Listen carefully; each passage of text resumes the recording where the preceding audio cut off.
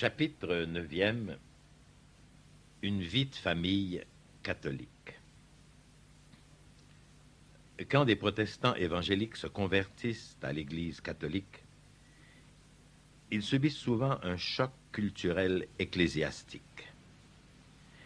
Ils quittent un champ communautaire puissant, un enseignement biblique concret, un discours politique conservateur pro-familial venant de la chair et un sens vital de la communauté comprenant diverses rencontres de prière, de camaraderie et d'études bibliques au choix chaque semaine. Au contraire, la paroisse catholique moyenne est généralement déficiente dans ces domaines. Alors que ces convertis ont le sentiment notable d'être entrés chez eux en devenant catholiques, ils ne se sentent pas toujours chez eux dans leur nouvelle famille paroissiale. Kimberly et moi-même, nous avons vécu cette expérience. Des endroits comme l'université franciscaine de Steubenville prouvent que ce n'est pas nécessaire. Nous avons été particulièrement impressionnés à Steubenville par la façon qu'on y combine l'évangélique et le catholique. Je veux dire la façon par laquelle la foi catholique unit ce que d'autres religions tendent à séparer, la piété personnelle et le rituel liturgique, l'approfondissement évangélique et l'action sociale, la ferveur spirituelle et la rigueur intellectuelle, la liberté académique et une orthodoxie dynamique, un culte enthousiaste et une contemplation révérente, des sermons puissants et la dévotion sacramentelle, l'écriture sainte et la tradition, le corps et l'âme, l'individuel et l'institutionnel. Depuis la conversion de Kimberly, nous avons tout ceci en famille. Nous faisons un effort pour participer en famille à la messe quotidienne à l'université. En mettant l'Eucharistie au centre de nos vies, nous pouvons montrer à nos enfants comment la Bible et la liturgie vont de pair. Le menu, la Bible, et le repas, la liturgie. Nos enfants voient des douzaines de prêtres et des centaines d'étudiants qui vivent l'Évangile de façon concrète. Enseigner à de tels étudiants s'est avéré une des plus gratifiantes expériences de ma vie. Ils ont une passion pour l'étude de l'Écriture sainte, pour apprendre la théologie et pour poser des centaines de questions corsées. Je traite chaleureusement mes étudiants de saintes sangsues de l'esprit. Après le cours, ils essaient d'appliquer les leçons apprises en classe à leur travail et à leurs relations humaines. Je suis convaincu que Dieu forme présentement bien des futurs chefs de l'Église catholique à cette université. À part mon travail à l'université, le Seigneur nous a donné à Kimberly et à moi de multiples occasions de faire de l'apostolat à travers le pays. Avec quelques centaines de conférences enregistrées sur des cassettes audio et vidéo, notre message déborde largement nos capacités de déplacement. Ces cassettes sont maintenant répandues à travers plusieurs pays. Des gens nous ont écrit et téléphoné du Canada, du Mexique, d'Angleterre, d'Écosse, de Hollande, de Pologne, de Lituanie, de Belgique, d'Autriche, d'Australie, de Nouvelle-Zélande, du Ghana, du Japon, de l'Indonésie, des Philippines et d'ailleurs, dire que nous avions peur de ne plus jamais pouvoir faire un ministère ensemble. Tout ceci a été rendu possible par notre alliance avec Terry Barber et la Communication Saint-Joseph. En dedans d'une année, la cassette de ma conférence donnée en 1989 à 35 personnes avait été achetée par plus de 35 000 personnes. Depuis, ce nombre est passé aux centaines de milliers de personnes. En plus de produire la cassette racontant ma conversion, Terry a sorti plus de 200 cassettes de mes entretiens traitant d'un grand nombre de sujets, expliquant divers aspects de la foi catholique. Mon père avait finalement raison, ce qui ne m'a jamais permis d'oublier. Il m'avoua sans embâche son immense fierté que lui procurait son fils cadet, le théologien, non bijoutier. Il mourut en décembre 1991 après une longue maladie. Ce fut une des expériences les plus difficiles et pourtant les plus bénies de ma vie. Il avait été agnostique pendant des années, mais par sa souffrance, il retrouva une foi personnelle dans le Christ.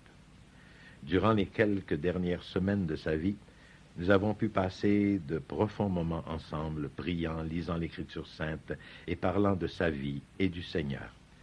Je n'oublierai jamais le privilège qui me fut accordé de tenir sa main et de fermer ses yeux lorsque le Père céleste l'a rappelé auprès de lui.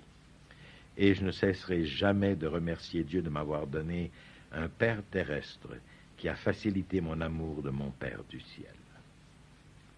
Une semaine plus tard, mon beau-père, le docteur Jerry Kirk, m'appelait pour m'inviter à l'accompagner rencontrer le pape Jean-Paul II le mois suivant.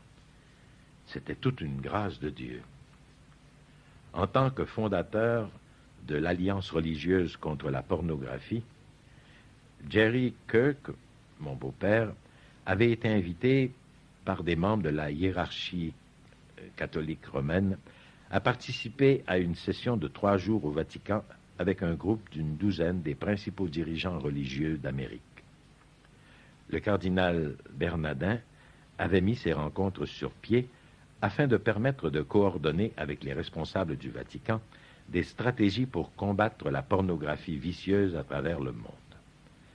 À la fin de nos rencontres, nous devions avoir une audience privée avec le Saint-Père pour lui présenter nos résultats et pour en discuter personnellement avec lui. Je me rendis donc pour la première fois à Rome. Entre les réunions, je pus visiter Saint-Pierre de Rome et quelques autres sites religieux, non pas comme un touriste, mais comme un pèlerin. Ce fut imposant. À la fin de nos 3 jours, un jeudi après-midi, nous avons été conduits le long d'un labyrinthe de corridors et introduits dans une salle de rencontre.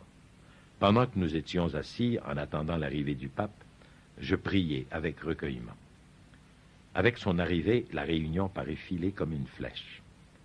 Ensuite, Jerry avait le privilège de présenter chacun d'entre nous au pape. Lorsque mon tour arriva, j'entendis mon beau-père dire à mon père spirituel, « Votre sainteté, je souhaite vous présenter Scott Hahn, un professeur de l'université franciscaine de Steubenville. » Je serrai sa main et c'était fini, suivait le dirigeant religieux en ligne derrière moi. Je me réjouissais et je remerciais Dieu pour avoir eu le privilège de rencontrer mon père spirituel en Jésus-Christ, même si cela n'avait duré que quelques secondes.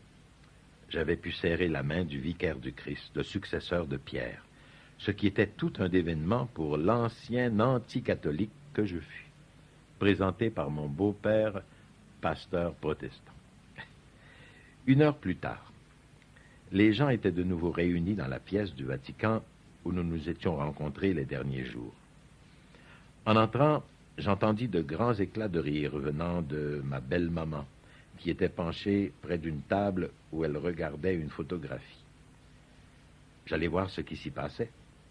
Rendu près d'elle, je me penchai à mon tour et je vis une photo de son mari présentant son gendre au pape. Peux-tu le croire? Après toutes ces années, voici que c'est ton beau-père protestant qui te présente, toi, au pape. Riant de bon cœur, elle me serra chaleureusement. Toute une belle maman. Quelques minutes plus tard, le téléphone sonna dans un bureau du couloir. Un homme d'un certain âge entra et demanda « Le professeur Hahn est-il présent ?» Je fis un signe de la main pour m'identifier. « Un appel téléphonique pour vous. » Tout en me dirigeant dans le couloir vers le bureau, je me demandais qui pouvait bien m'appeler. Je pris le récepteur et entendis une voix parlant avec un profond accent. « Auriez-vous la liberté de vous joindre à sa sainteté, le pape Jean-Paul II, demain matin à 7 heures, pour la messe dans sa chapelle privée? » Je pensais d'abord qu'on me faisait une blague. Puis je me souvins avoir rencontré plus tôt dans la semaine le professeur Rocco Buttiglione, qui avait offert de se servir de son influence auprès du secrétaire privé du pape pour me permettre d'assister à la messe du matin du pape. Oui, je suis libre, mais j'étais tellement nerveux que j'oubliais de demander les informations pertinentes. Heureusement, le cardinal Cassidy, un des représentants du Vatican qui était présent, m'expliqua la procédure. Je devais me rendre à une certaine porte pour 6h30 du matin où un garde suisse me rencontrerait. Le lendemain matin, je me levai après un futile combat pour dormir et je pris un taxi pour me rendre à Saint-Pierre-de-Rome. J'arrivai plus d'une heure à l'avance. Faisant les 100 pas autour de la place Saint-Pierre, je récitai le chapelet et me préparai au privilège d'une vie. Comme promis, au moment dû, quelqu'un sortit à ma rencontre. Il me fit descendre quelques marches, traverser une série de couloirs, jusqu'à ce que je me retrouve parmi quelques évêques et prêtres qui s'habillaient pour concélébrer la messe avec le pape. J'étais nerveusement là, lorsque le secrétaire personnel du pape passa la tête par la porte et fouilla la pièce du regard. Finalement, il demanda avec un fort accent où se trouve le professeur de théologie de l'université de Steubenville. En raison de son accent, j'eus de la misère à comprendre sa question. Puis je me rendis compte qu'il me demandait. Je levai timidement la main et dis « Je suis ici ». Il regarda de mon côté, puis eut un signe de tête d'acquiescement. « Bien, je vais le lui dire ». Je n'avais pas la moindre idée de ce qui se passait, mais j'avoue avoir joui du regard de tous ces prélats étrangers qui me regardaient et se demandaient « Qui est ce gars-là et quelle est son importance ?» Quelques instants plus tard, nous étions conduits le long du couloir et introduits dans une petite chapelle privée. En entrant, je remarquai que le pape Jean-Paul II était déjà en prière sur son prie-Dieu devant le tabernacle. En se mettant à genoux, à une courte distance de là, je demandai au Seigneur une grâce spéciale d'union avec mon Père spirituel au moment où il renouvellerait l'alliance et célébrerait le sacrifice du Christ dans la messe. Le pape manifesta une profonde révérence et un grand amour à chaque moment de la liturgie eucharistique. Je me souvins n'avoir jamais auparavant ressenti aussi puissamment la présence du Christ. Quand la messe fut terminée, les gens furent conduits hors de la chapelle, pendant que le Saint-Père demeurait à son prie-Dieu en action de grâce. J'étais le dernier. Je ne pus résister à la tentation. Je m'arrêtai et me mis à genoux à une courte distance derrière lui et me mis en prière, seul avec le pape, pendant peut-être une demi-minute, jusqu'à ce que j'entende des pas arriver rapidement vers la chapelle. Comme je m'y attendais, on avait fait le compte et découvert qu'il manquait quelqu'un. Je me relevai pour partir au moment où le secrétaire personnel du pape rentrait dans la chapelle. Il me dirigea fermement mais gentiment à la pièce où le pape nous rencontrerait dans quelques minutes. Pendant que nous attendions, je priai, puis je récapitulai ce que j'allais faire. Et voilà que le pape entrait dans la pièce. Ma première impression fut de le voir plus alerte et énergique, maintenant, après la messe, que le regard d'épuisement qu'il avait eu l'après-midi de la veille durant notre audience privée. Il semblait porter une vive attention à chacune des personnes avec qui il parlait, chacune à son tour. Il regardait la personne en plein dans les yeux et écoutait avec attention avant de parler. Mon tour arriva. Il fit un pas pour m'accueillir et, comme je tendais les deux bras, nous nous sommes embrassés. Je lui ai alors donné un paquet bellement emballé contenant les cassettes de ma série « Réponse aux objections communes », de même qu'une enveloppe avec une lettre personnelle et 2 chèques qui se voulaient des gestes d'appréciation des familles Barber et Hahn. Il me regarda droit dans les yeux et me dit « Que Dieu vous bénisse. Êtes-vous le professeur de théologie de l'université de Steubenville? » « Oui, je le suis. » « Veuillez apporter mes salutations et mes bénédictions à la communauté de Steubenville. » Saint-Père, mon propre père naturel vient de mourir le mois dernier, et voici que le Père céleste me comble du privilège de vous rencontrer, vous, mon Père spirituel. Sur ce, nous nous sommes embrassés une seconde fois. Il me regarda intensément et me dit « Je suis peiné d'apprendre la mort de votre père. Que Dieu le bénisse, je prierai pour lui. » Mon cœur bondit de joie en me souvenant d'une parole de l'Écriture sainte. Tout ce que tu liras sur terre sera lié au ciel. Puis-je expliquer brièvement, en près d'une minute, mon pèlerinage de foi de ministre presbytérien anticatholique à un catholique depuis 6 années. Il m'écouta avec attention, puis me donna une nouvelle poignée de main, une bénédiction et un chapelet. En quittant la présence du pape Jean-Paul II, celui qui est oint par mon Père du ciel et mon frère aîné comme berger de la famille de l'Alliance de Dieu sur terre, j'avais un profond sentiment que Dieu me disait « Scott, le meilleur reste à venir. » 6 semaines après que j'ai été reçu dans l'église, notre fils aîné Michael fit sa première communion. Je n'étais catholique que depuis peu et j'avais l'impression que mon cœur allait éclater. Je ne pouvais concevoir ce que ressentaient des parents catholiques de naissance qui avaient rêvé à leur mariage, un premier enfant et à l'amener à la table du Seigneur pour sa première communion. Depuis lors, nous avons eu l'occasion d'amener Gabriel à sa première communion et avons vivement hâte d'y conduire Anna. Les préoccupations de mon cœur ont toujours été les mêmes. Premièrement, j'espérais que la fête de l'agneau pascal du ciel serait plus importante que la fête qu'on tiendrait après. Deuxièmement, j'espérais que l'attention serait portée à la présence de Jésus plus qu'aux cadeaux que les enfants recevraient ensuite. À une occasion, à la consécration d'une messe, Scott se pencha vers moi et me dit « Peux-tu imaginer ce que les anges pensent en ce moment ?» Sa question m'amena à songer à des réalités auxquelles je n'avais pas encore pensé. Les anges sont certes présents à la liturgie, mais ils ne reçoivent pas le Seigneur. Ils doivent observer avec étonnement et révérence l'amour incroyable de notre Père céleste envers nous, pour qu'il ait envoyé Jésus prendre sur terre une nature humaine, pour qu'il puisse donner sa vie en sacrifice pour nous et nous nourrir maintenant par l'offrande ressuscitée et glorifiée qu'est son corps et son sang. Quel mystère glorieux! Jeûner 1 heure avant ce moment avait aussi été une heureuse expérience parce qu'elle constituait une légère mortification, et j'en ai peu dans ma vie, pour rappeler mon besoin d'avoir faim pour les âmes. Notre déménagement à Steubenville avait été toute une bénédiction. Nous avons fait de merveilleuses nouvelles amitiés à l'université et dans le milieu. Il y a plus de 40 familles dans notre groupe Cœur de Marie de support de l'école à la maison, et les étudiants du collège ont grandement renforcé auprès de nos enfants le témoignage de notre propre engagement envers le Seigneur. Comment notre vie est-elle différente? Mon cœur est tellement rempli de la bonté du Seigneur et de la joie de mon salut que j'ai voulu sentir sans l'avoir pendant 5 ans.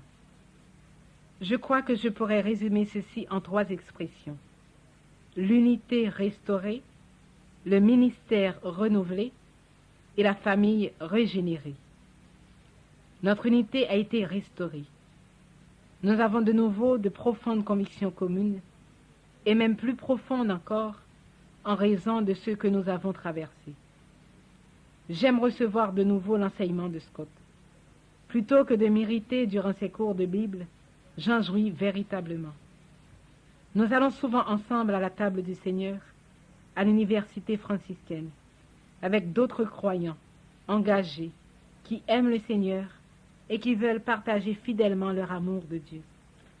Les enfants percevaient notre désunion, même si nous parlions peu de nos désaccords devant eux. Maintenant, les enfants partagent véritablement notre joie d'être aussi profondément unis, beaucoup plus qu'ils n'ont éprouvé un sentiment de soulagement. Notre ministère a été renouvelé. Certains rêves sont morts, mais Dieu les a restaurés en surabondance. Nous avons de nombreuses occasions d'exercer l'hospitalité chez nous, avec plus de 300 personnes à notre table chaque année. En plus, une suite d'étudiants du collège qui se sont succédés pour vivre chez nous nous a offert la nouvelle aventure d'une vie familiale agrandie. Enfin, notre grand salon nous permet d'accommoder entre 20 et 50 personnes pour les cercles d'études sur la Bible que Scott et moi organisons respectivement. Scott et moi avons aussi commencé à parler en public ensemble à l'extérieur de notre ville. Nous avons eu le privilège de rencontrer et de partager notre foi catholique avec tellement de merveilleux catholiques engagés et florissants à travers le pays. Le ministère par enregistrement des communications Saint-Joseph a permis à nos messages de se répandre bien au-delà de nos capacités de voyager. Et le ministère par téléphone et par correspondance nous mène au bout de notre temps et de nos forces. Dire que j'avais cru tous ces ministères perdus à jamais, et les voici restaurés au moment jugé bon par le Seigneur. Notre famille a été régénérée à ce point parce qu'elle puise à de nouveaux canaux de grâce. La confession régulière et l'Eucharistie presque quotidienne. Nous avons pris joie à découvrir le calendrier liturgique, le respect du jeûne, l'Avent, le carême et les vendredis, et la jouissance des fêtes. En plus des anniversaires de naissance et de Noël, nous célébrons les fêtes de nos saints patrons et nos anniversaires de baptême. Lorsque j'ai eu notre premier bébé en tant que catholique, je savais que chaque jour, en recevant moi-même l'Eucharistie, mon bébé était aussi nourri par le Seigneur. Après mes fausses couches, je ne savais pas si je parviendrais à mener notre bébé à terme. Mais je savais que je pouvais chaque jour amener ce petit bébé au Seigneur et lui faire recevoir la bénédiction du prêtre. J'ai aussi, pour la première fois, emmarché les saints du ciel, demandant leur intercession en faveur de mon enfant. Quelle joie ce fut d'accoucher de Jérémia Thomas Walker le 3 juillet 1991 et de le faire baptiser au début de septembre. Et ce fut une grande joie pour nous, de même qu'un pont avec ma famille, d'avoir la participation de mon père au baptême de Jérémia. Nous n'étions pas allés à la messe quotidienne en tant que famille, tant que je ne fus reçu dans l'église. C'est maintenant devenu le but de notre journée. Nous avons eu la joie d'avoir bien des prêtres qui s'arrêtent à Steubenville et qui participent à la messe. Surpris par le nombre des prêtres, la question coutumière de Anna est devenue: est-il lui aussi mon père? Nous aimons notre tradition évangélique dans laquelle les gens chantent et prient de plein cœur. Aussi, la façon de participer des gens est-elle un des éléments du culte que notre famille a le plus apprécié à l'université franciscaine. Comme le dit Scott, si l'Eucharistie ne vous donne pas l'envie de chanter, qu'est-ce qui pourra vous la donner? Bien que ce ne soit pas toujours facile, c'est toujours bien d'être ensemble à la messe. C'est un bon moment pour le rapprochement physique et pour enseigner le Seigneur aux enfants. Bien qu'on ait parfois l'impression que la grâce reçue a déjà été dépensée auprès des enfants, avant la fin du dernier chant, en effort de discipline et en distraction, il est préférable de les avoir mis en présence de Jésus que de les avoir laissés ailleurs. À la fin de la messe, nous nous serrons saintement, comme nous le disons. Nous nous rapprochons tout près et nous offrons une prière d'action de grâce en famille. Je suis reconnaissante de l'unité de notre famille sous la direction spirituelle de Scott. Que c'est doux d'être chez nous, dans l'Église catholique romaine, et quel privilège il nous a été donné de réfléchir sur nos vies et de vous faire part de la façon que le Seigneur a guidé nos pas vers lui, en son Église. Certes, comme le dit le psalmiste, il a permis le souvenir de ses œuvres merveilleuses. Le Seigneur est doux et miséricordieux. Que le Seigneur nous permette de nous donner plus pleinement à lui par son abondante miséricorde.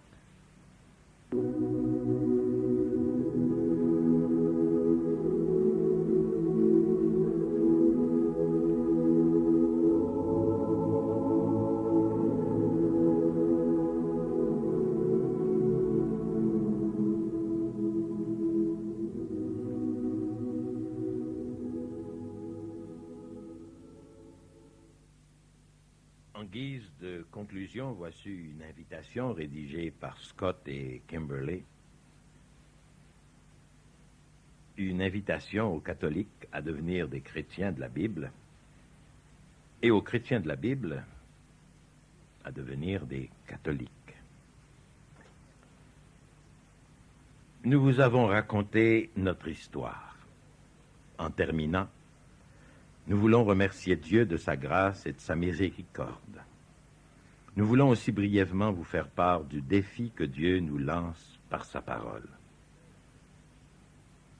Pour nos frères et sœurs catholiques, nous voulons vous encourager et vous inviter à apprendre la foi catholique qui vous a été confiée en héritage sacré. Pour vous-même et pour les autres, étudiez-la afin de savoir ce que vous croyez et pourquoi vous le croyez. Prenez les Écritures saintes chaque jour et lisez-les. Elles sont la parole inspirée et sans erreur de Dieu, écrite pour vous. Comme l'Église catholique l'a constamment enseigné tout au long de ce siècle, en particulier avec Vatican II. Croyez ce que vous lisez, faites-en part aux autres, priez avec elle, apprenez-la par cœur, baignez dans celle-ci comme dans un bain chaud, apprenez-la bien afin d'en vivre plus pleinement et de la répandre avec plus de joie.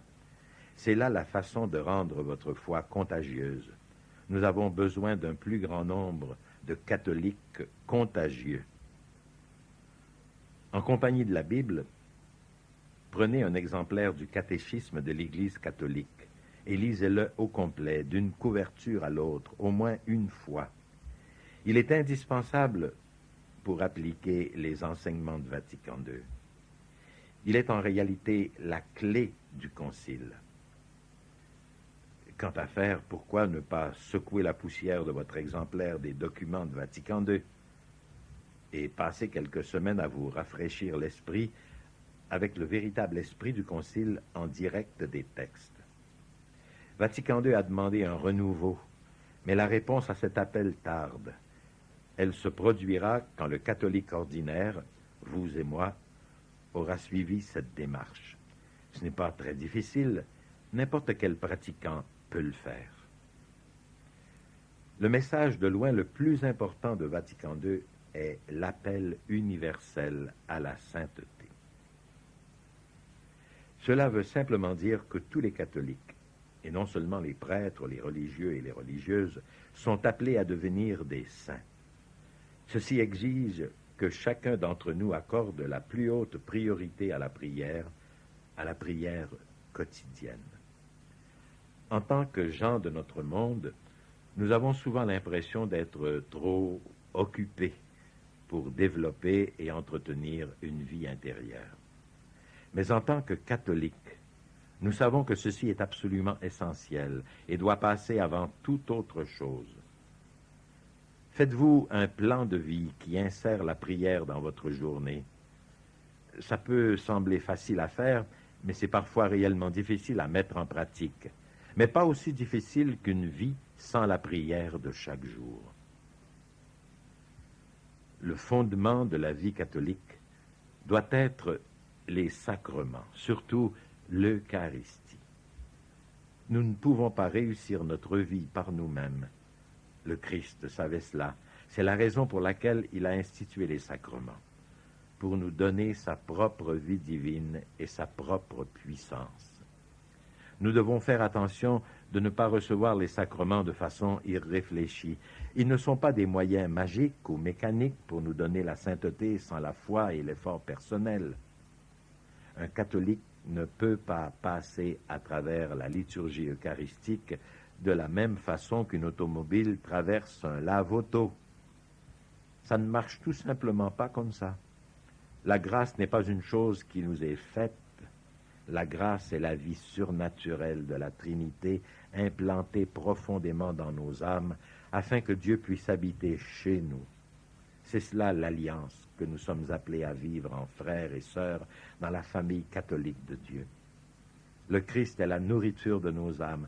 Ne cherchons pas à être des affamés.